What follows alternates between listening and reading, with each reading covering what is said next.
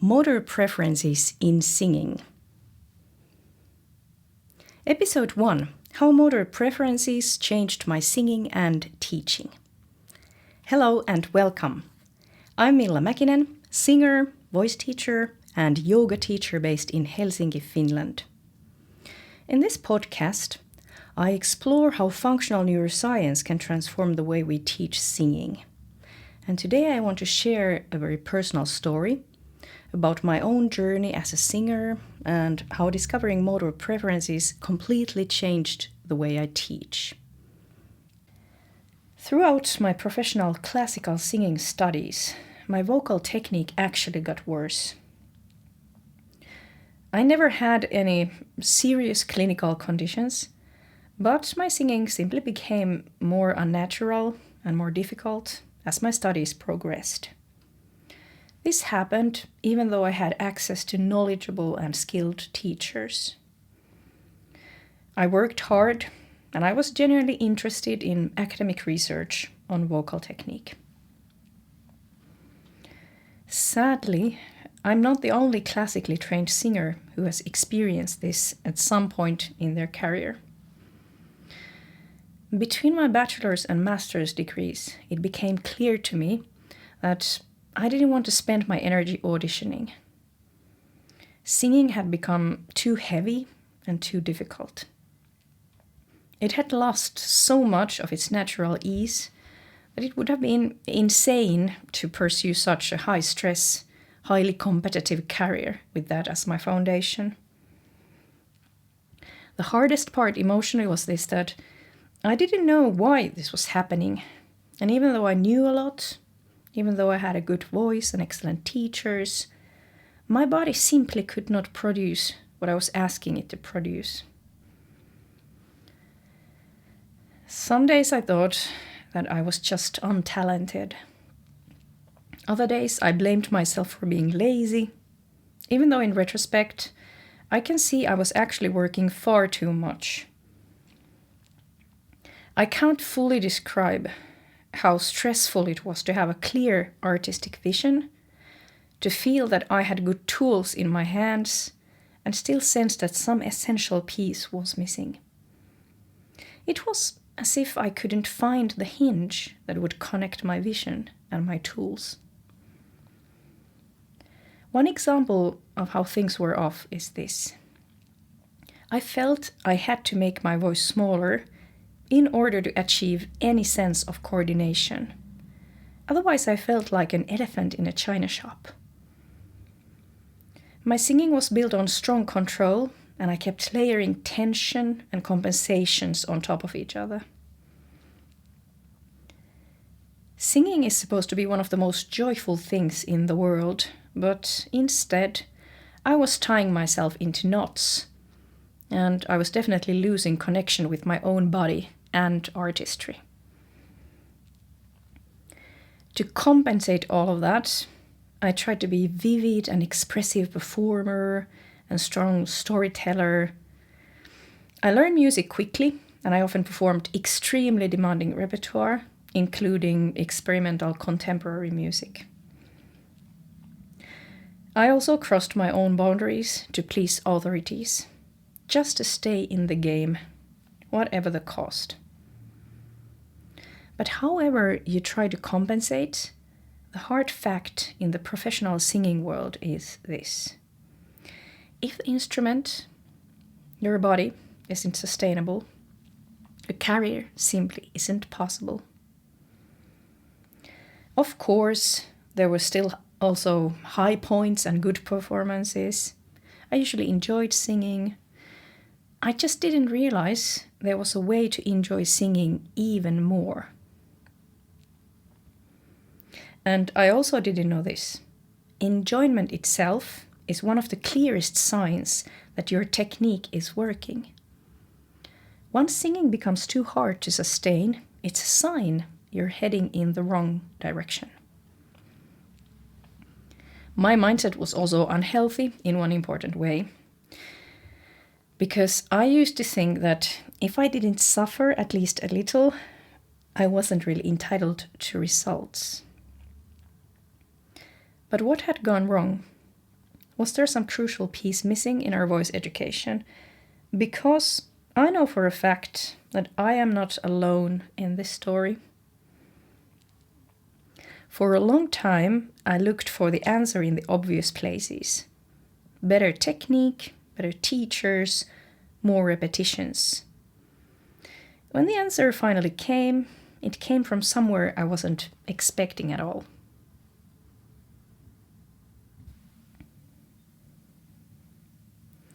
It wasn't until I discovered motor preferences that I finally understood what had been going on.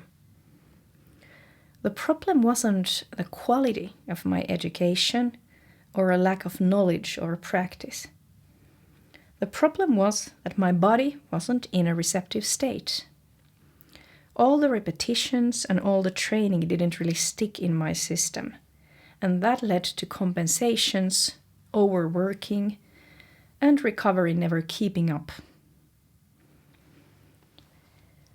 My training had focused on vocal technique and music, but there was no real attention to the individual body and nervous system of the singer.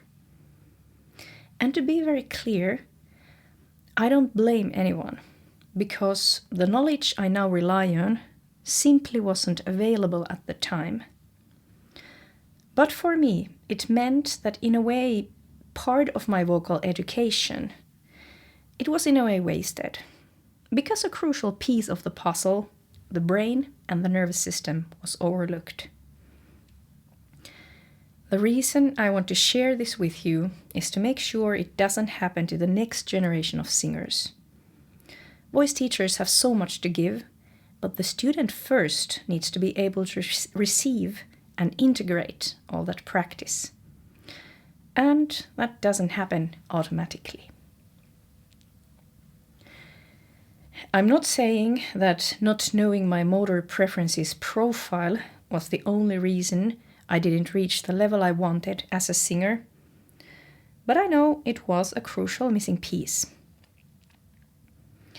And when I look around me at other singers, it seems to me that many of those who slowly step away from a singing career, they are struggling with similar things.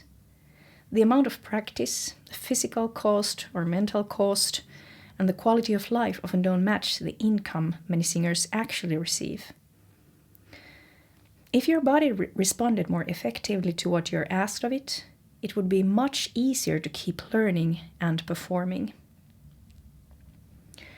I think that so much knowledge goes to waste just because we don't realize that for practice to be effective, the body must first be in a receptive state, and the brain must be ready to produce high-quality motor output, especially if you want to compete at the highest level.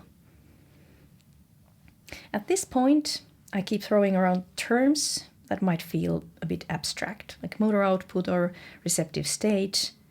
So let me slow down here and explain what I actually mean by all of this. Because you may be wondering by now, what is this motor preferences I keep talking about? Or perhaps functional neuroscience is not something you're familiar with. And maybe the phrase high-quality motor output still sounds a bit vague at this point in the podcast. You will hear much more about all of this later, I promise. Functional neuroscience is already used in sports and rehabilitation, but in vocal training, at least here in Finland, it has not been systematically applied. In singing, this means using knowledge about how the nervous system governs movement and coordination to help singers find postures and motor strategies that fit their individual nervous system, rather than forcing a one-size-fits-all model. In the classical singing world, we are often satisfied when someone just sings loudly and has a big voice and can produce a lot of power with it. But from motor preferences perspective, we ask, how is that power produced? Is it energy efficient? Because You can create an impressive sound in many different ways, but can we optimize the way you produce it? That is the question. Over the past 4 years, I've discovered my own motor preferences profile, and I learned how to apply them to singing. I've also done extensive rehabilitative brain-based drills. And only now do I feel that my body is truly ready to make use of vocal technique, to grow and to genuinely enjoy singing again. And for the first time, I feel that now I can truly express and communicate as an artist, with my voice as my vehicle.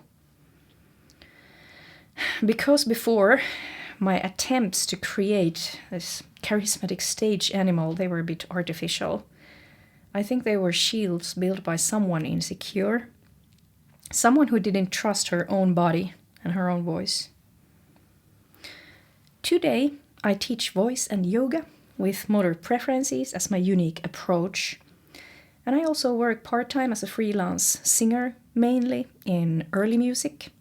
And I'm also fulfilling my childhood dream of performing bossa nova and 60s music as a singer-guitarist. But what really convinced me that this was more than just a personal turning point, it was actually something a bit bigger. It was something that started happening in my teaching.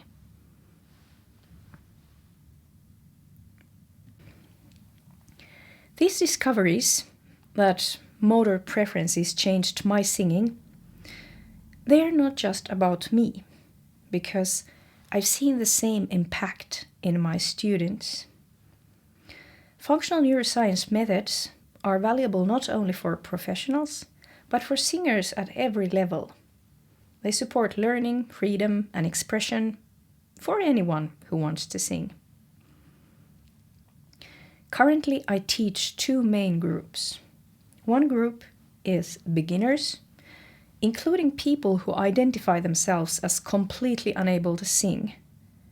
The other group is adult choir singers who have long musical backgrounds and they sing passionately even though they are not professionals. In recent years, I've also started coaching and consulting professional singers from motor preferences perspective. I've been deeply inspired by wonderful opera singer Miina-Liisa Värelä, who has helped me develop ways of combining high-level vocal technique with functional neuroscience for professional singers. And here's something a bit difficult to admit as a voice teacher. Once I started profiling my students' motor preferences, I noticed that those who shared my motor preferences profile with me, they developed very well, even before I consciously applied these methods. But students with the opposite motor preferences profile than me, they struggled with basic things, even though the technique and knowledge given were exactly the same. Once I began teaching technique through motor preferences principles, these struggles started to fade. For example, students who struggled with register transitions, they improved quickly when we worked in positions that suited their motor preferences better. Once I stopped guiding them into positions that suited me, or positions that are usually considered correct. Yeah, voice teacher job, it's incredibly demanding. We are expected to know so much, constantly learn more, and adapt to every student. So here's the key realization. Basic vocal elements, registers, breathwork, range, resonance, they must be built on the student's own motor preferences. Otherwise, muscles develop through compensations. A friend of mine once asked me whether I ever teach without considering motor preferences. My answer was immediate. Absolutely not. Today, I see no point in teaching the way I did before I understood motor preferences. Because back then, I believed there was one universal model or one truth. Now I understand that energy in a biological sense, that is the foundation of practice. Because if your muscles fatigue or become rigid during a phrase, that is the first issue to address. And you won't fix it simply by repeating vocal exercises. We voice teachers often focus too much on secondary instructions. We might say things like, your diaphragm must descend, or expand your chest, or breathe deeply. But what if those commands actually reduce the student's ability to use their muscles effectively? Of course, these things still matter. But the order and the way we give instructions, that must be individualized. For too long, we've given universal commands to isolated muscles and body parts. And that disrupts a natural system that could work beautifully on its own. And all of that explains so much of my own struggle. Because when I studied, my mindset was unhealthy because I tried to control individual body parts. And I kept wondering, why am I training my tongue position so much, yet it never improves?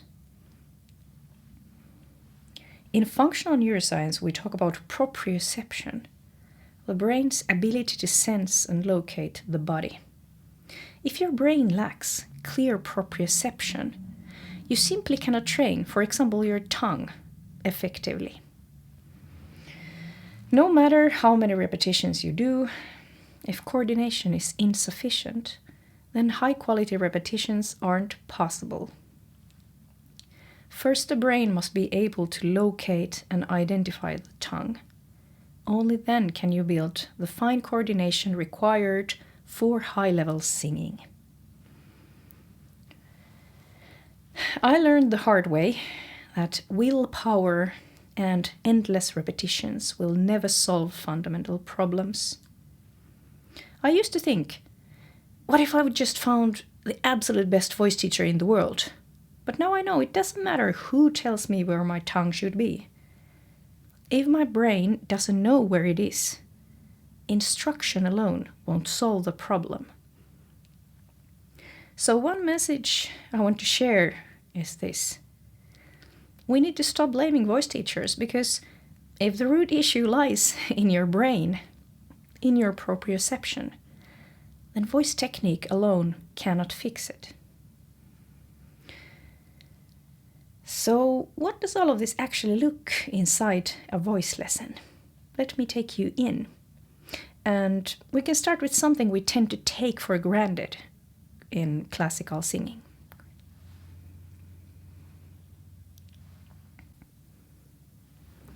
Let's talk about posture first.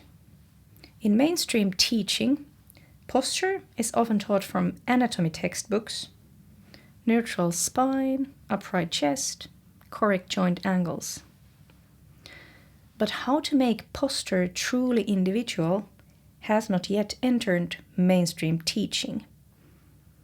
We often say that everyone is an individual, but in practice that doesn't always show, because we still lack tools to make that idea concrete.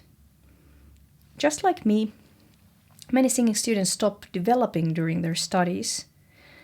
From motor preferences perspective, one explanation is this. Not everyone can access their best training response through the standard posture.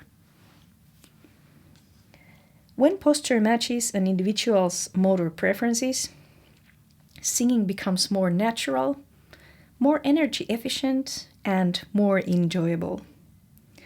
Performance and pleasure always go hand in hand, and that is exactly the sign of a sustainable path forward. In the classroom, though, we often become very strict about fulfilling the classical image of what a singer should look like. But if you watch the top artists out there, you actually see huge variation in how they move on stage. And this is one distortion I want to challenge by talking about motor preferences in singing. Think about Nadine Sierra's beautiful swan-like neck.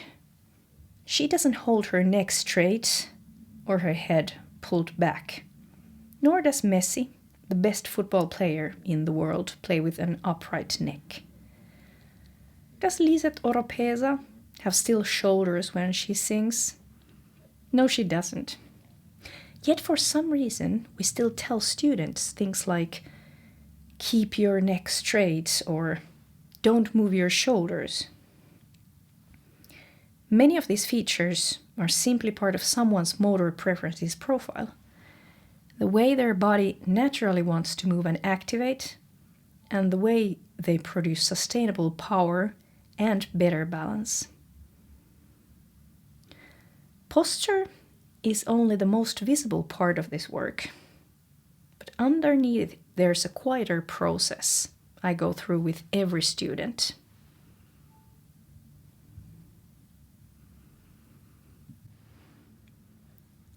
With each student, I run simple assessments.